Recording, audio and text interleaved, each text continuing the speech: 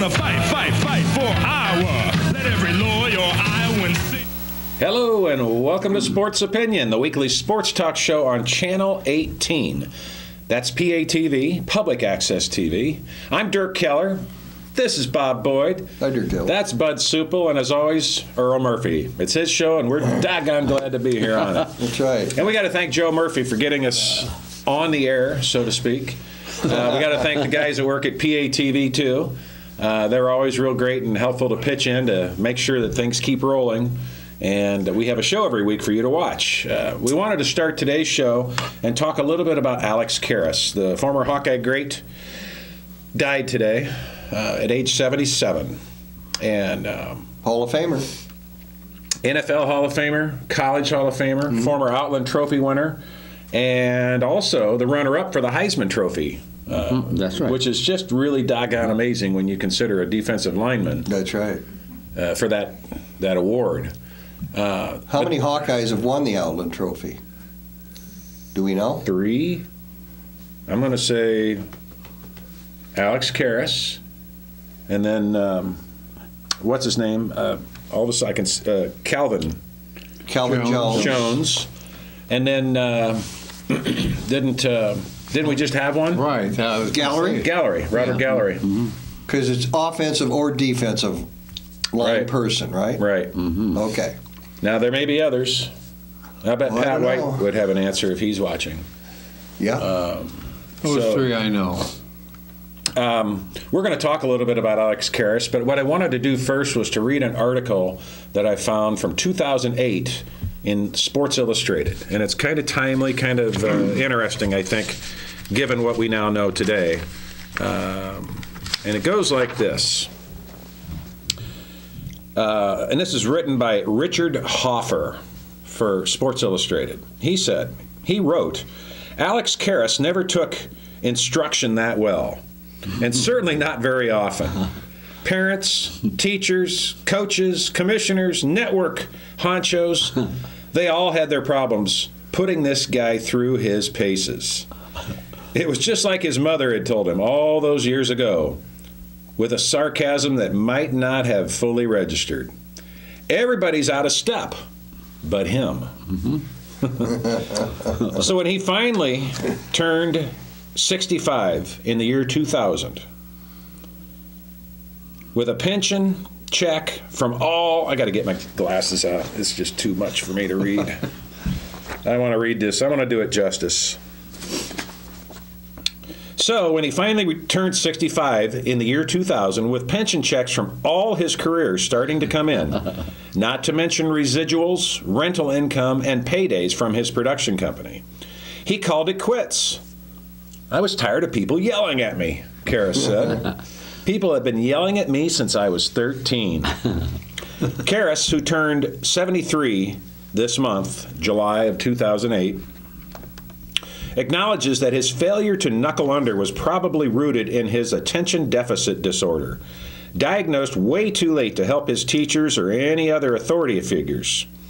He is so at peace now, and quite a bit smaller too, that it's hard to imagine he ever threw a shoe at a coach, or for that matter, knocked out a horse with one punch. How about that?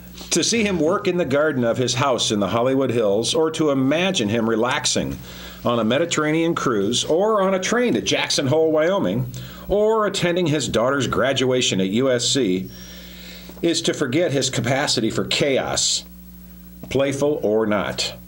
For people of a certain generation, Alex Karras is the lovable, adoptive father on Webster, which co-starred his real-life wife, Susan Clark. But before he was George Papadapolis in the 1980s sitcom, and before he played Mongo, so memorably dim-witted in Blazing Saddles, and remember the line, Mongo, only a pawn in Game of Life. And before he filled the booth on Monday Night Football, along with Howard Cosell and Frank Gifford, and before he started cracking up Johnny Carson, and even before he first appeared in the film adaptation of George Plimpton's Paper Lion over 40 years ago, Karras was a pretty good, if recalcitrant, football player. As a two-way lineman for Iowa, he was an All-American in 1956, the season the Hawkeyes won the Rose Bowl, and in 1957. He was the Outland Trophy winner and runner-up in the Heisman Trophy voting. The latter was surprising on several counts, the least of which being that the Heisman Trophy is not cast in the shape of a looming lineman. It's also surprising because Karras was undersized at 6 feet 2 inches tall and 250 pounds, even for his day, and occasionally was banished from the squad by Coach Forrest Evashevsky. Well, not always banished. Sometimes he just quit. His reputation notwithstanding, Karras was selected by the Detroit Lions in the first round of the 1958 draft, and he became one of the league's leading pass rushers, a frequent All-Pro, and a troublemaker. Forget his skirmishes with coaches, and forget, too, his forays into professional wrestling as Killer Karras, in which he supplemented his $9,000 a year NFL salary, and he whetted his show business appetite. What got everybody's attention was his admission in 1963 that he gambled on his own games. The one-season suspension, along with Green Bay Packers running back Paul Hornung, who received the same punishment for the same offense, it allowed Karras to tend to his Detroit bar, where he made better money than as playing as a Lion. And also the opportunity, upon his reinstatement, to refuse to call the coin flip before the start of the game.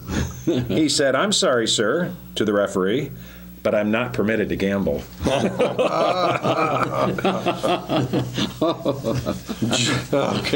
George Plimpton, meanwhile, had been hanging out with the Lions, earning some bumps and bruises in one of his forays into participatory journalism.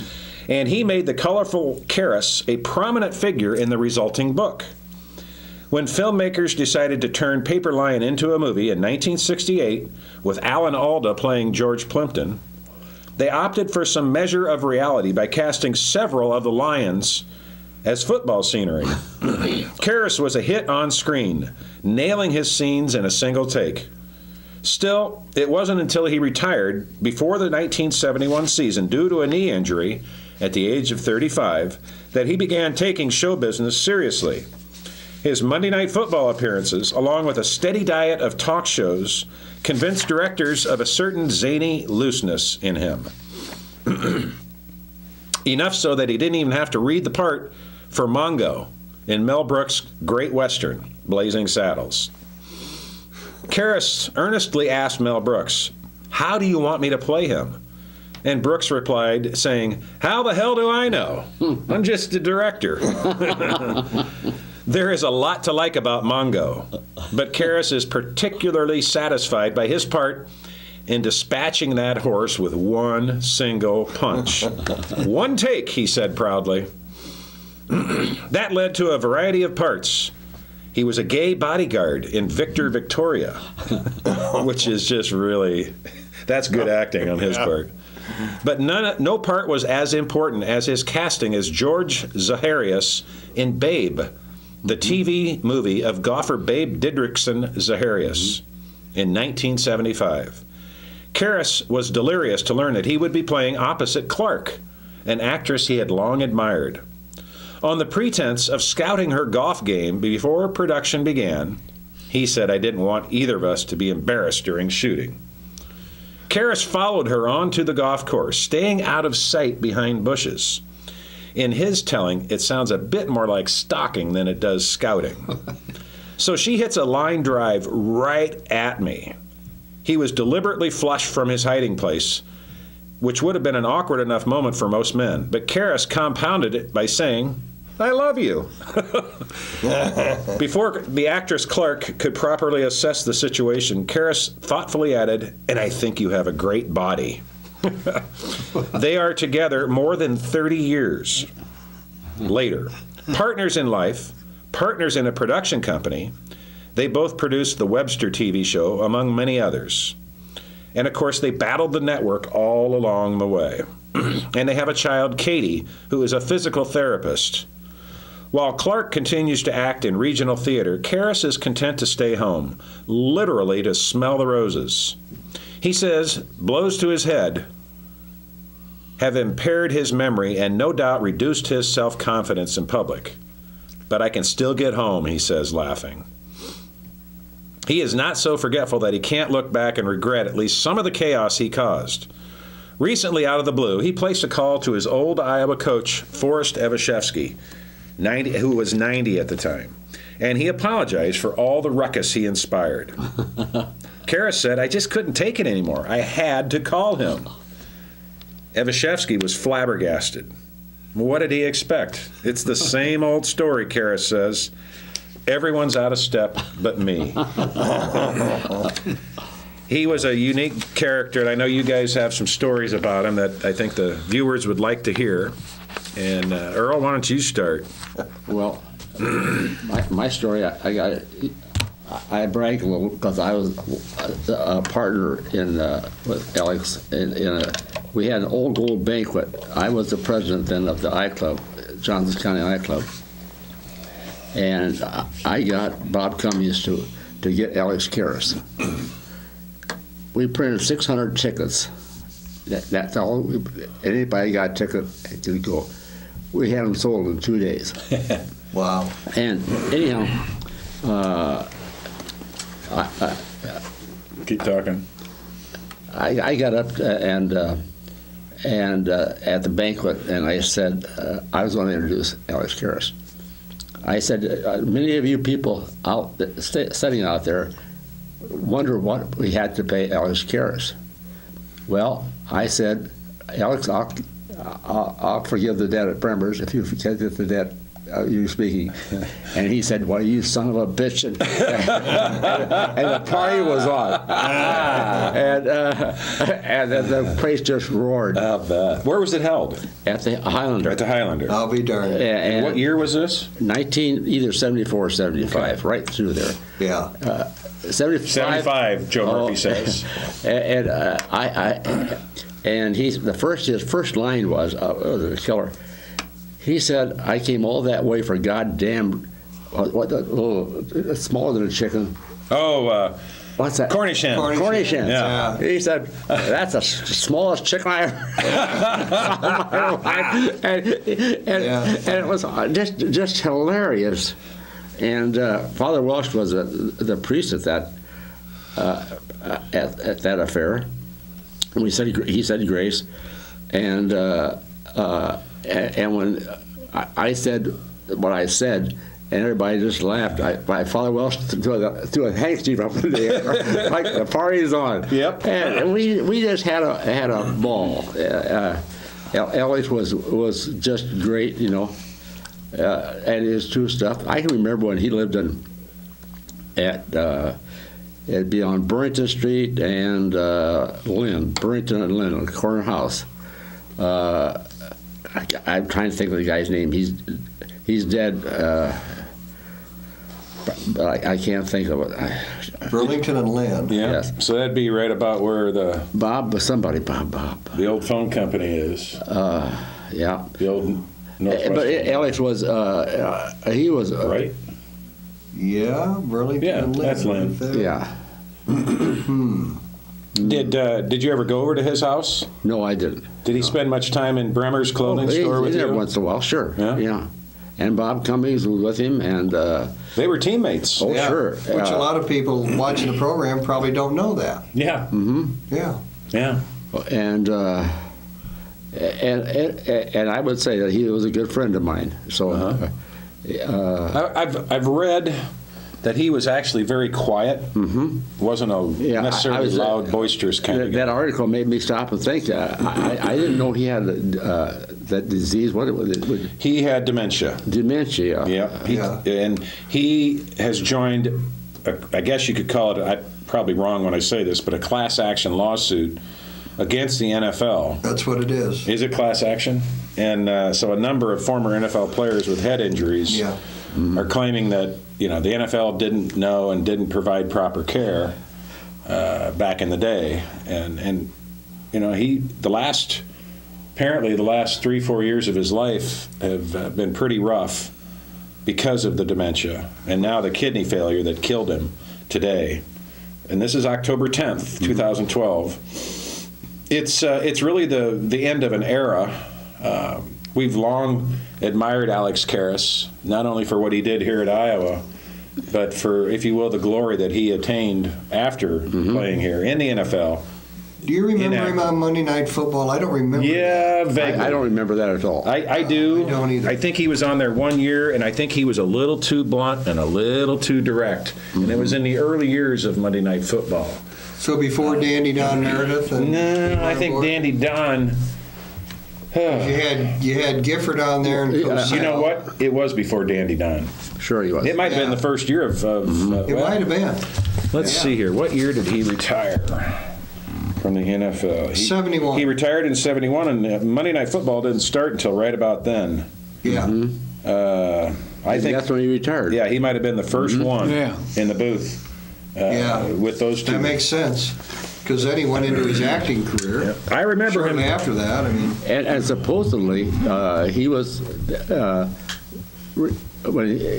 a common story about Abishevsky was his coach, so you knew he do something unscrupulous. Yeah. He hit him up in Okoboji. Yeah. for a couple weeks. Yeah. When he was being recruited, Coach Abishevsky hid Alex Karras up at Lake Okoboji, which is a good 6 place to hours go away to. from Can you here. imagine the Hawkeyes doing that? Back in the day, a lot of that stuff was done, guys. And they had booze and everything. Oh, yeah. Alex they enjoyed it. Place to go. Didn't his brother, he had a younger brother who also came here. Paul Karras. Mm-hmm. I knew him as well as I did Alex. Were they similar? No, there's quite a bit of difference. Yeah. Well, With that disease, that's what I didn't know until just. most people didn't know. I wonder if they'll do, some of these NFL players that have passed away, the families have allowed them to, inspect their Their brains. I wonder if Susan Clark will allow that on Alex. It'll be interesting to see. Yeah. Well, there's several of them. Yep. Yeah, that's Junior right. Seau, who just killed himself earlier Committed this year. suicide. Well, he had two of them that committed suicide. Yeah. Who was the one that played for the Bears? Why they commit suicide? Their brains messed up. Depression and just. Yeah, too many Depression, blows to the head. But It's the easy when way he to did say it. that, that's when I knew they mentioned Alex being involved in it. That's right. Yeah. That's the first I knew it then. That's me too. Yeah. Well, I never got a chance to meet him, but I did read his autobiography years ago. Yeah. And it was just before I went to an Iowa-Michigan football game in Ann Arbor for the first time. And I went up there with my friend. We drove up.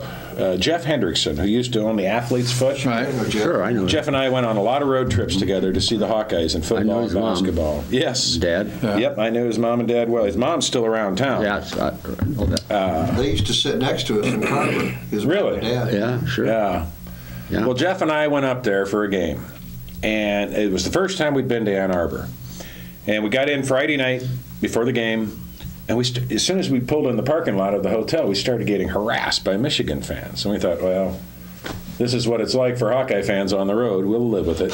And then Saturday morning, we went to the game, and we were looking for a place to park, and they directed us onto the golf course, like everybody else. Yeah. And they directed us really into the front lawn of the caretaker's property.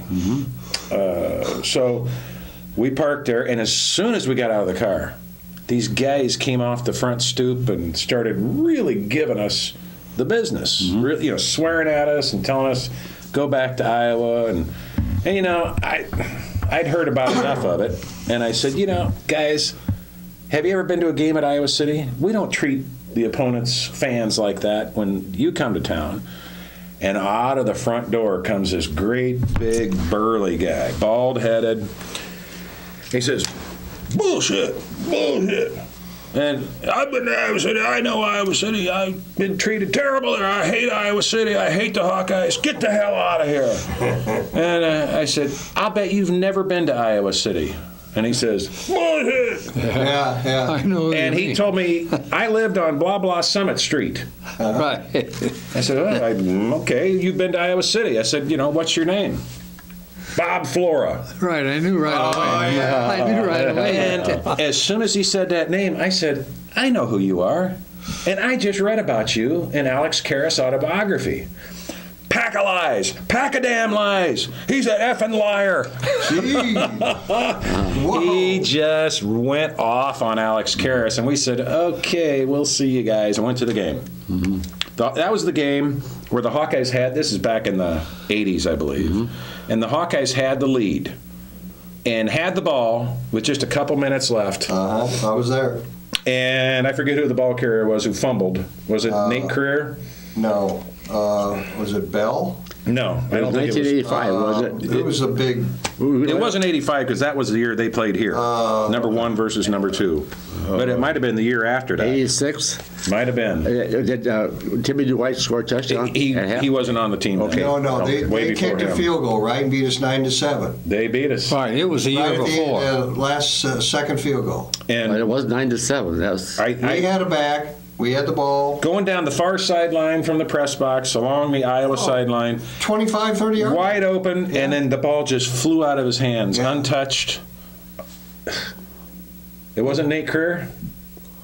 Was it Granger? He was Granger. That's who it was. Norm Granger. Norm Granger. Okay, it was the early 80s. Yeah, Norm, Nate. Yeah. I knew. Yeah, it was one of those Okay. guys. Yeah, because Nate Creer played defense.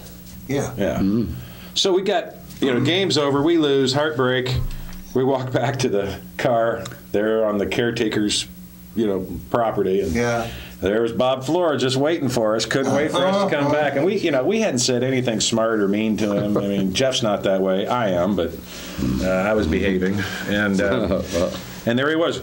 "Now get the hell out of here! Don't ever come back!" He was just so mean and nasty and That's filled with an hate. Iowa coach. He coached here. Yeah, but and I've learned a lot since then about what he went through. And he died just, a year ago? Bob Flora? Well, you probably knew him well. His didn't you? daughter still lives in Iowa City. Does she? Yeah, well. He cost Frank Doesn't he Bates have a his son job. here? Remember that? No, I don't. What happened? Well, before the ball game, Frank had the microphone. Oh, At that yes. time, Frank Frank said, "There goes that son of a bitch right now." That was Bob Flora. And he was on the microphone? Yeah, well, he didn't know he was. That was the end of his days at Broad. Is that right? What would be the reason for him having that attitude since he coached with Avichesky? Was he, Murph, He stayed the on. Burns staff that got fired? Yes. There you go. He stayed on after Evie quit coaching. He worked, didn't he work under Evie? Some Yeah. kind of assistant I'm athletic sure. director or Yeah. football operations, Yeah. something like that. And he basically... He bought stuff by the tons. Did he? Yeah. Oh, God, he had a store at the stadium and everything. Oh. Well, people talk about Alex Karras' dislike for Evie. Yeah. It was really Bob Flora that he disliked. And I experienced firsthand, how he might come Well, to that's dislike Bob partly. Flora. It might be right partly, but not all. Oh, no. No, Alex Karras certainly brought a lot of it on himself, if not all of it. Yeah. But he and Bob Flora were the two main No, he didn't, combatants. not all of it. Yeah. Yeah. So Alex Karras has passed. I've read that when he was a student here at Iowa, there would be great crowd gatherings whenever he got in a fight. And people would know ahead of time there was going to be a fight I between was him and involved in somebody. Tell us about it. You were involved in it? Well, I had just started the police department, or my training. Who are you riding with? Pat McCartney. Pat who? Pat McCartney. Pat McCartney. Pat McCartney's father. Big fight down the airliner, and we think Alex Karras is involved. That's the dispatcher. And you're all going, Well, he said, oh, no. So this time I didn't know anything about it. Yeah. I was in training. He said, pull that button. And at that time, the button would turn on the red lights and the siren. So here we go. And we go by Margate Street. I said, Pat, we missed the turn. Just sit there and be quiet. We go down to the city park and around. And finally, we get up on Clinton Street. Not a soul around. So we go in there like we're really going to have to. Well, he says, I guess there's nothing to worry about, is there? And nobody would talk. Nobody would talk to you. And then we got back in the squad car. Those days are gone. Were there any broken bar stools? Or oh, yeah. The stools were turned, and the guy was in there with a mop cleaning up the glass that fell. I mean, it was a regular brawl. Must have been an earthquake. Karras was gone. Then I'll never forget Pat telling me a couple of days that we couldn't ever handle it, bud. I know I can. I read that he would get in a prearranged fight with so-and-so who was considered the toughest guy on campus. And they would go to the quadrangle area behind Reno, beside Hillcrest. Yeah. And I don't think Reno or Slater were even built back then. This would be pretty much right Slater there. wasn't. Yeah, right where Reno is now. Yeah. And across from the old field house, and that students would just ring the area. Now, this is how it was when I was in high school. Somebody was going to get in a fight, you knew about it, and everybody gathered. Nobody called the police. Nobody called the teachers.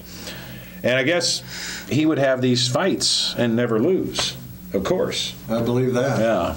So. Well, now going back to Flora, didn't he play with Evachinsky at the University of Michigan? Mm-hmm. That's how they got together and how he got here to begin with. I think they were working in the automobile factory together. Okay. Is that right? Mm-hmm. Just after the war? Maybe I don't know what I'm talking about, but I think you do. No, I think you do. I think you do. That rings a bell. Mm-hmm. Now, when you helped arrange the 50th anniversary gathering for that 1957 team that won the Rose Bowl, didn't you, if I remember right, you tried to get Alex Karras here, but he wasn't able to come. No. It wasn't that he didn't want to. No, that's right. Did you talk to him, or did somebody talk? I think Duncan did. Kenny Duncan? No, Randy. Randy Duncan. Did he have that dimension then? Well, I think so. Probably I do too. He had it all his life. What year was that, Earl? It would have been, was it 2008 or 2008. 2008? Yeah, so yeah. And this was written in 2008, and he was already having the beginnings of forgetfulness and such. Yeah. But we had a wonderful turnout. Oh, golly. Yeah. That was a lot of fun. It was really inspirational for me to meet those guys and to hear their stories up close and personal. You know, I emceed that party, and I said, I'm not going to say, I'm not hardly say a word, but Plain, you introduced Kenny Plain, introduced the 55, 56 Rose Bowl team, and Randy Duncan will introduce the 57, 58, 59 Rose Bowl. So they did, and I backed off. And the only thing I did, I said, I went over to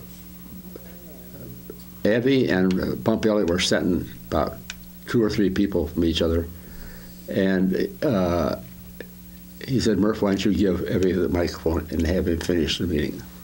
I said, good idea. I said, Evie, would you say a few words? And I handed him the microphone, and he talked for 10 minutes about Iowa City. Yeah. And I thought he was wonderful. It was wonderful. Thanks for doing that. That was a real important time, and it's just a shame we couldn't get Alex back. Now it's too late. Now it's too late. I think we gave them all a film of that. All right. Yeah, we did a DVD. You interviewed a bunch of people too. I interviewed all of them pretty much, and we did a DVD. It was too long, and I didn't have enough time with each of the individuals, but it was good enough. Yeah. And big crowd. Yeah. Big crowd. You talked about 200 people there. Yep, that was really good. So I'm glad we did it while they were live. Yes. I wish Alex could have been healthy enough to come back, but it's an honor to always know that he was a Hawkeye and brought a lot of fame to our alma mater. So now some of the people that were there have passed away since then. Mm-hmm. Bob Jeter. Bob Jeter, not long after that. That's right. Just a couple months after. I gave him a car ride over to football practice after the interviews. He and Randy Duncan, and there was the third one. I'm drawing a blank on who it was right now. Oh, it was, anyway. Well, I'll tell you a story about Bob Jeter. After the Rose Bowl, he was a star in the 58-59 Rose Bowl. And I made arrangements with him before he left town. I said, I'll pick you up after the game. And he said, if I have a couple of guys with Nate, right? I said, sure. And I picked up John Burroughs, Willie Fleming, and Bob Jeter. At the airport? At the airport. And I said, I'm going to invite you all to dinner. And Willie Fleming said, I'm going downtown. And I said, okay, you're out. And Burroughs said, I'm going to home and study. I said, okay. Jeter, are you coming? He said, yeah, I'm going to your house for dinner. So, and you knew a good meal was waiting. Yes. And he walked in, and he was really a hero that after the Rose Bowl game. He was the most outstanding player for Iowa. And anyhow, he sees we had a chicken, a turkey, and he said, can I debone that thing? And I said, sure. And he just sat there and he cleaned that fucking whistle. And he ate a meal, and I said, Bob, you eat like you're half starved. And he said, yeah. He said, I getting a little hungry. He said, I hardly had anything to eat. I said, what do you mean? He said, I started eating and they interview me. And he said, this, I can relax. And it was really, but John Burroughs was one of my, he was an interesting individual. John Burroughs was one of my best friends. Will Fleming, a short-time friend, 5 football games he played in. Yeah. And but Jeter was really a good friend. Yeah. It's so sad when he passed. I was really shocked when I heard that. Yeah. Willie Fleming, 5 games, and boy, did he make an impression. His son was assistant coach with at Wisconsin. Is that right? Oh, not Wisconsin, but not Madison, at Green Bay. No, he was the head coach. That might have been the head coach, but he was at Wisconsin along with the guy from East Coach of Regina. Okay. From New Jersey.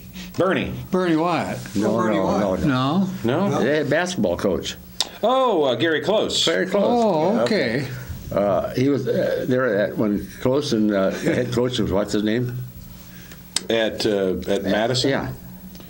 I can't forget. He looks like the Grinch. Yeah. Anyhow, but he's still there. Yeah, he's still there. Still there. All right. But Bob was his son was a coach there, and he went on to Madison. Bo. Something. Yeah. Drawing a blank. We're not in basketball mode yet. Yeah, we're.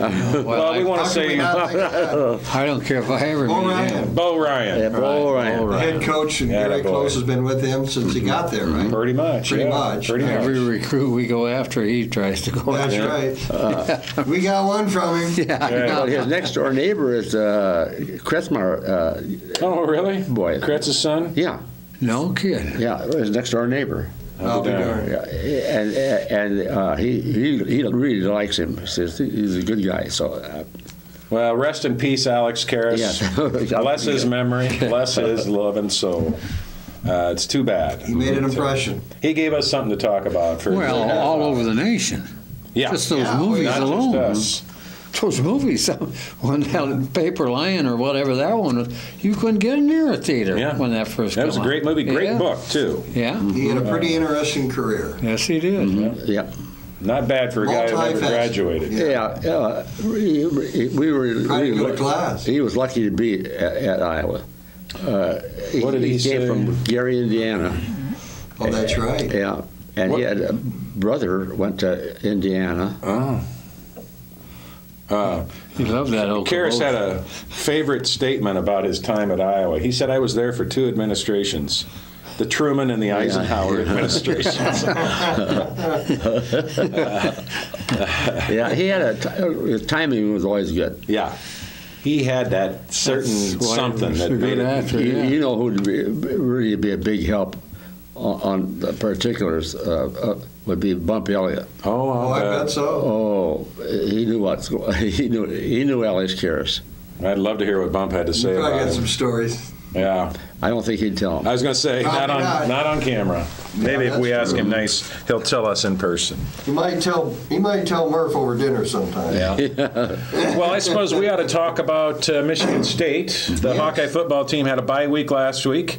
Is headed to East Lansing for an 11 o'clock game on ESPN. Yep. Straight regular Was that our ESPN. captain?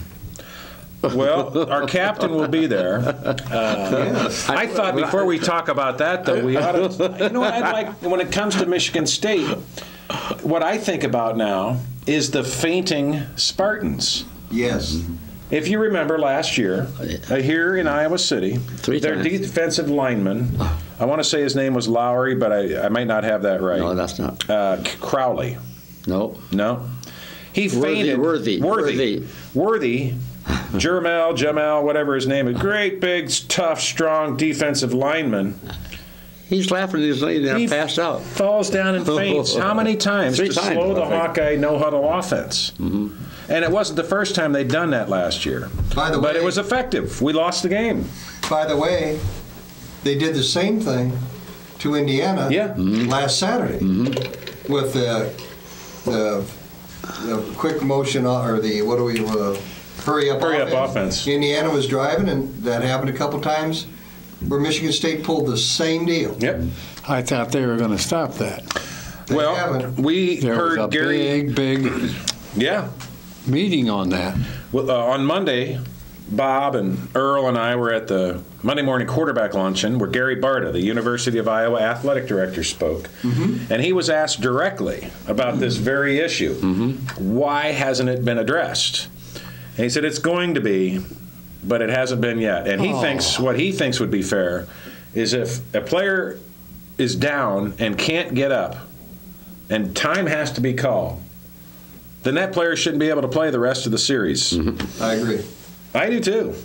Because typically what they do is they go off for one play, come back in. I would. And that's what Worthy did every time last year. Yeah, the second time he faced an injury, he'd be out for the quarter. I was going to say, I like the whole idea of a quarter. Right. First time you do it, it's a series. Second time, it's the quarter. Yes, quarter.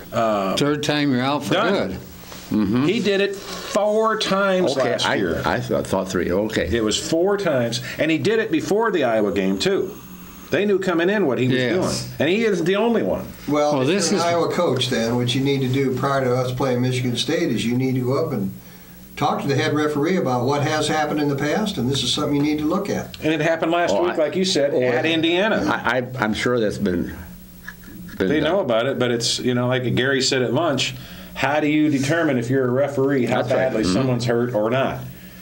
And to me, it's kind of simple, but Well, you know what? If it's obvious to everybody in the damn stadium, it ought to be obvious to the officials, and they need to go over and talk to the head coach and say, hey. I can remember when Notre can get Dame did it penalized.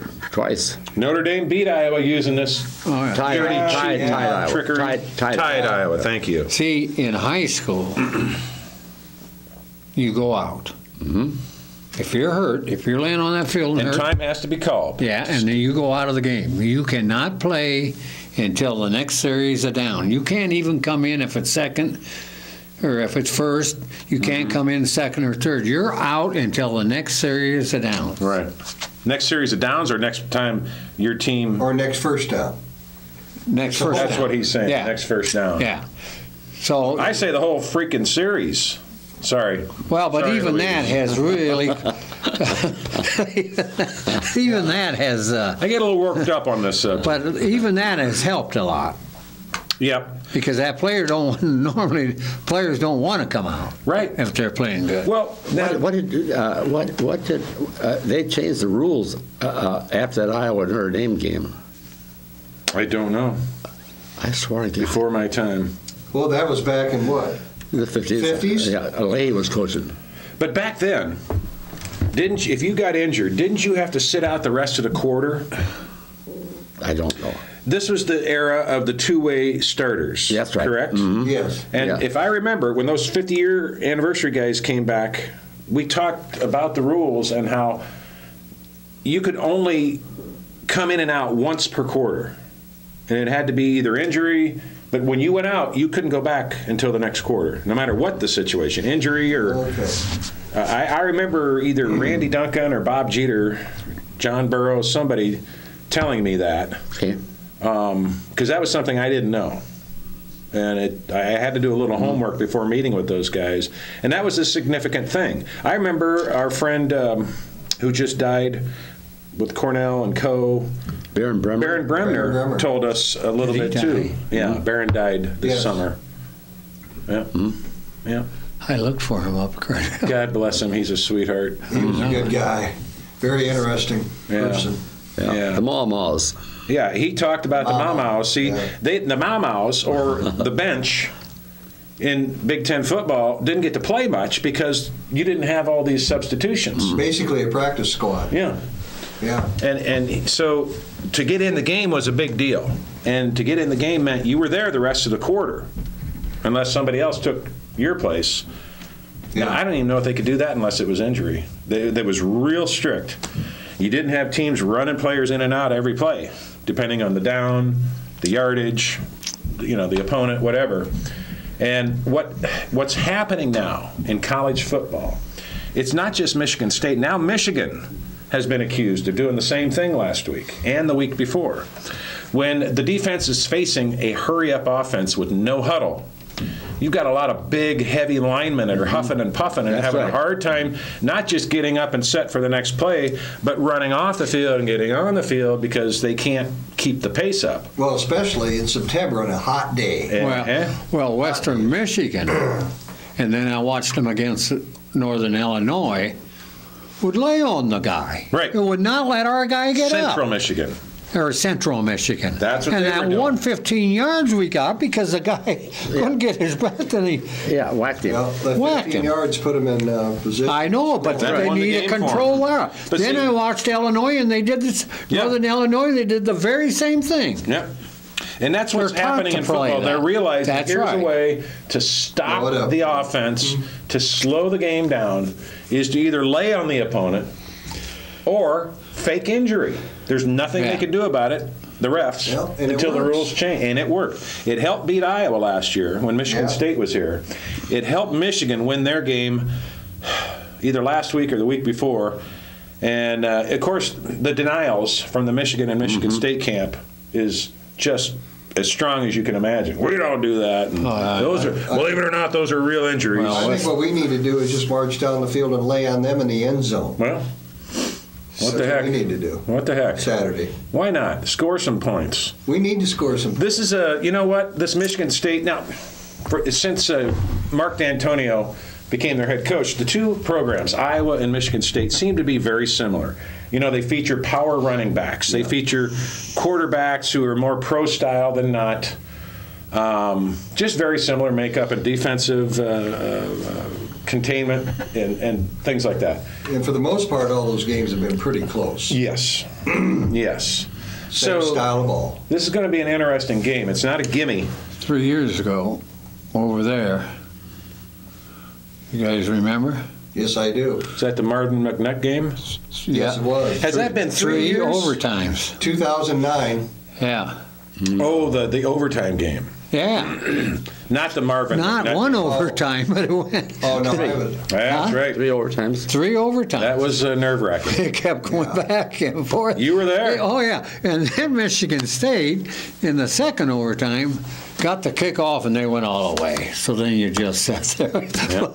But with, I don't know, 15 seconds to go, 4th and 10 we had, to Manette right in the end zone. That was beautiful.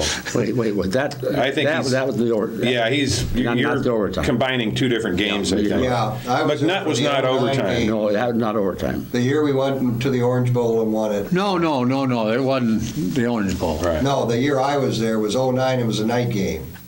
That's right. It was a night game. And we had scored in the last play of the game. That's right. To win it. Right. Yeah. And who they throw the pass to? Overtimes. Yeah. We've not.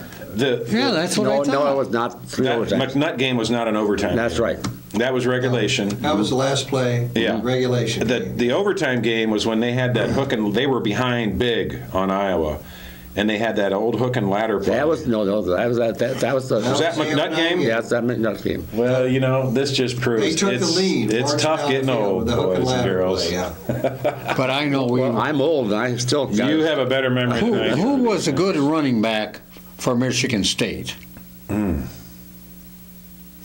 What did you do?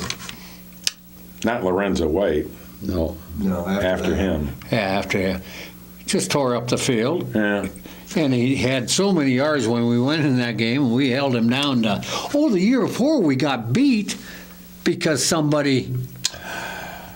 The freshman moved That's on offense right. on fourth and whatever. Right. Yep.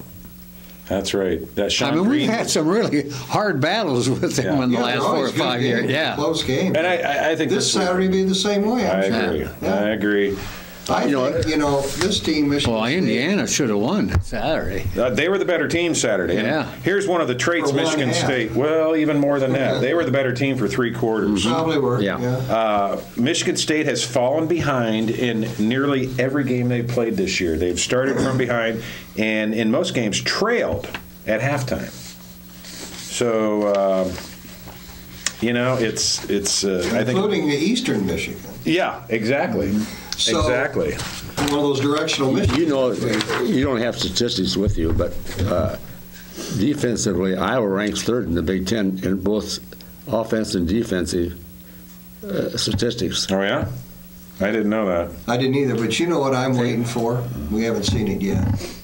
Is I'm waiting for Vandenberg to have a breakout game. I just think he's due to have a really good game. I hope it's this Saturday. He's 1-5 on the road as a starter. Speaking of him, did you see what he did over the weekend? Oh, yeah. Hawkeye quarterback James Vandenberg bagged a 28-point buck. That's a big deer. With a bow and arrow. With a bow and arrow. That's what he did with his bye week. Alex Karras would have used his hand. He would have wrestled that 28-point buck down and snapped its neck or done something rude to What it. he did with his bye week was a little more productive Yeah. than some other people. Well, we're going to talk about what some of James Vandenberg's teammates did with their bye weekend, but James went out and got him a trophy buck bigger than anything that anyone in that part of the state has ever done before. Yeah. And he did it with a bow and arrow. He said he was nervous. Oh, I bet he was. I was too. Yeah. Here's the thing that would run at me. 28 points. That's big. Might need to have bow What and was he, arrow on 21 yards? 20 yards. 20 20 yards. yards. That's what he said. Yeah, Yeah. okay. That's unusual for a big old smart buck. Yeah, I know. You know, to let I know. himself get that close to a human. That's for sure. But, But if you seen him, he was dressed up like he was a deer. well, congratulations. We're ready for James now to bag a 28-point victory over There you Michigan go. State. He's due for a road win. Michigan State is due for a rude awakening with their cheating, fainting ways. I just They deserve it. They Yeah. deserve it. They're gaining a reputation as the dirtiest program in the Big Ten, and I don't mean from a illegal payments to players kind of thing. I'm talking about on the football field, gouging eyes, doing dirty stuff. They just got into a beef a couple games ago. I forget who it was with, Ohio State or. Probably Ohio State 2 weeks ago. Eye gouging and all this stuff, and Well, didn't they get in almost a brawl I think so. with yeah. him? Yeah. Referees had to separate the Yeah. At Michigan State. Yeah, Mark D'Antonio is no Kirk Ferentz, and he'll stop at nothing to win a game, obviously. He'll tell his players to lay down and fake like they're hurt. He encourages headhunting. We know of some of the vicious hits and the taunting afterwards that they've delivered to Iowa players who've been knocked unconscious and then been penalized, and D'Antonio going berserk over a helmet-to-helmet penalty call on his team while the opponent, the Hawkeye player, lays there unconscious. In fact, he was convulsing at the time, and D'Antonio, all he worries about is whether they got a penalty or not. So this has quickly become Michigan State has quickly become a pretty big rival for not just Iowa, but anyone who plays them in the conference. And I think the whole rest of the conference is pulling for Iowa to beat them. Yeah, I'm glad that they come back and beat Indiana, though. Because if they would have got beat, I think they would have come out. Well, it would have been nice to have them another loss in the column. That would have been their second Big Ten loss, and they're in our division. They'll get it. They got some tough games coming. Yeah, this is not the same Michigan State team we've seen play the last few years. You know, their offensive coordinator's an Iowa boy. Who's that? His name is Dan Rochard Jr. Yeah. From Clinton, Iowa. Really? And his dad was the Regina basketball coach back in the 60s. I'll be darned. I didn't know that. So was he raised in Iowa City? No. Okay. Clinton. He was probably, he could have been born here, yes. You ought to ask him. But he's done a pretty good job for Michigan State. Offensive coordinator, you said? Offensive coordinator, yes. Okay. For Michigan State. 4 minutes. We got 9 minutes left. Okay. 9? We heard about the arrests over the weekend of the 3 Hawkeye football players. Micah Hyde, team captain. Hamilton, the tight end. And the Clark kid, who's a pretty brand new player.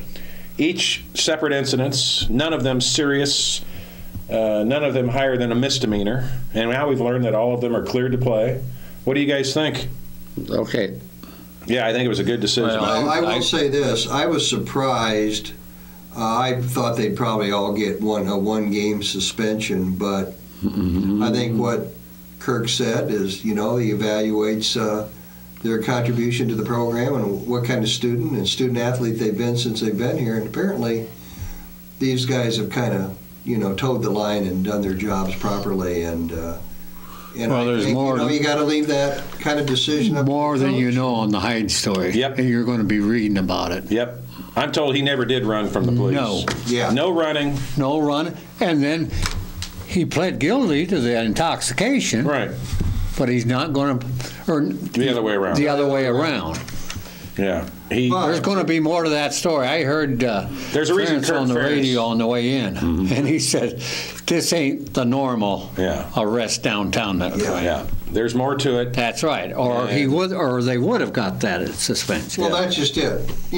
Kirk knows all the facts, and the rest of us don't. So you have to trust your coach's judgment. But I've also read online the people that know the students and such, Tom Kakert's website, people that know that know Micah Hyde, that know some of the other people involved, said there wasn't a fight going on. No. They had been asked to leave the bar when it closed, and there was somebody didn't want to go. The police were called. They didn't run, but I guess we're told to stop from walking away, and they just kept walking. And there's still a lot more to it, and we'll find out. We're going to find out, because if there wasn't, he would have went in and pled guilty on both of them. Right. There's a reason. There's a reason, right. And there's a reason Kirk didn't suspend him. Matter of fact, even they interviewed him, and he said, all I want to do is tell my side of the story. And he's going to focus on the game until then. That's right. Well, they got a big game, and we'll be there watching. We'll be in our easy chairs watching. And we're glad they're playing. Yeah, absolutely. I want to talk a little bit about high school football. West High totally dominated City High. Wow. 44-0 to win the Battle of the Boot last weekend. West High hadn't won in a number of years. 8 years. So they were due. And I also just learned today that who's the basketball player for West High? Dondre Alexander has just verbally committed to play basketball for Southern Mississippi. Really? Yeah. You know who's the coach there, don't you? Is it still the former Iowa State coach? Sure is. I'll be darned. What's his name? The beer only drinker. reason I know is The yeah. So West High has homecoming this weekend, and they've got Cedar Rapids Jefferson. That'll be an easy win. Yep. Yeah. And then City High goes to Linn-Mar Friday night. Tough game. They should be. Well, Linn-Mar's not very good this year. They're not as good. They lost their. But they're always good up in Linn-Mar. Yeah. City High's had so many injuries. Oh, boy. We talked about it last week. When's the last time City High was shut out 2 weekends in a row. Long time. I wonder. Been a long time. I wonder if, yeah, in my lifetime, I don't know. But in defense of them, and I said this earlier, West High has the best football team that's been around here for a long time. They are just loaded. They could take on some small colleges and whip them. Yeah, I can't wait to see how it turns out for West High in the state tournament. And Lot of I hope they beat Ankeny. Oh, yeah. Oh, yeah. I sure do, too. We Well, want to Ankeny go all the may way. All not the get way. that far. And we want to bring Brian Sauser on the show Yes. afterwards with his trophy and his team. Exactly. That would be great. We can't forget Regina. Regina 7-0, just like West High. 35 in a row. 35 in a row. What's that little guy's name? Dixon or Dixon. Riley Dixon. Oh, Tim Mack, yeah. boy, he's good. You were at the game. Yeah. I found out you guys were sitting in the car that night. I was out there wondering where the heck is Bud. But I'm he's taking care of you. educating him on football. They beat a very good Wilton team on Friday night. 50. What the heck was the score? 50 to 18, wasn't it? 50 to 18, exactly, for their homecoming victory. 50 to 18. This was not a bad or overmatched Wilton team. No, the They put quarterback's fantastic. He is. Where? He is. And they had a couple of other players that were. But they would real score, good. and Regina take it down and score. Yeah, it'd take Wilton, 10 minutes to drive the length of the field and score. Regina get the ball, boom, score. But Dixon just curves in. He was something. Well, he had over 200 yards, and what did he play? A half? Well, they played I think more they than played pretty much the whole game. Yeah. They brought Drew Cook in a quarterback in the fourth quarter. Okay. But Regina never had No, a he didn't. 35 No, point. he didn't play that. He play. didn't have a thing. He went They in. put him in and come right back out. And they put Really? Yes. the other quarterback, which is a junior or senior, Oh, okay. and that made sense. Yeah. Yeah. Well, Regina is on the road this week. They're going to Wapello. Is that the team? Is Wapello the team they played in the state tournament last year on the road? No, I don't think Who'd they so. play over No, that we way? were 2A. Who did they play last year? West Marshall Not in the state tournament. They were I'm ranked talking number about one. over on the east side of the state, early in the state playoffs. It wasn't Wapello, so it doesn't matter. No. No. It was a place with all the grain elevators. Calamus Wheatland, I don't know. I can't remember. It doesn't matter. We're out of time anyway. Right, Joe? We've got 1 minute left, so we're just going to have to sign off and say thanks very much for watching. Every Wednesday night at 7 p.m. on Channel 18, and every Sunday at 6 p.m. Oh, and I want to say hi to my mother, who's in town, and she really enjoys the show. That's way better. Hi, Mom. Hi, Mom. Hello, Dorothy. She's going to really appreciate that. Hi, Louise. And I appreciate... Hi, Louise. And we appreciate everyone who watches and gives us their comments. Thanks very much. On behalf of Bob Boyd and Bud Supel and Earl Murphy, I'm Dirk Keller, thanking you for tuning in. And remember this, either you're a Hawk or you're not. Go Hawks. Beat the Spartans. Amen. There we go. Joe Murphy, thank you.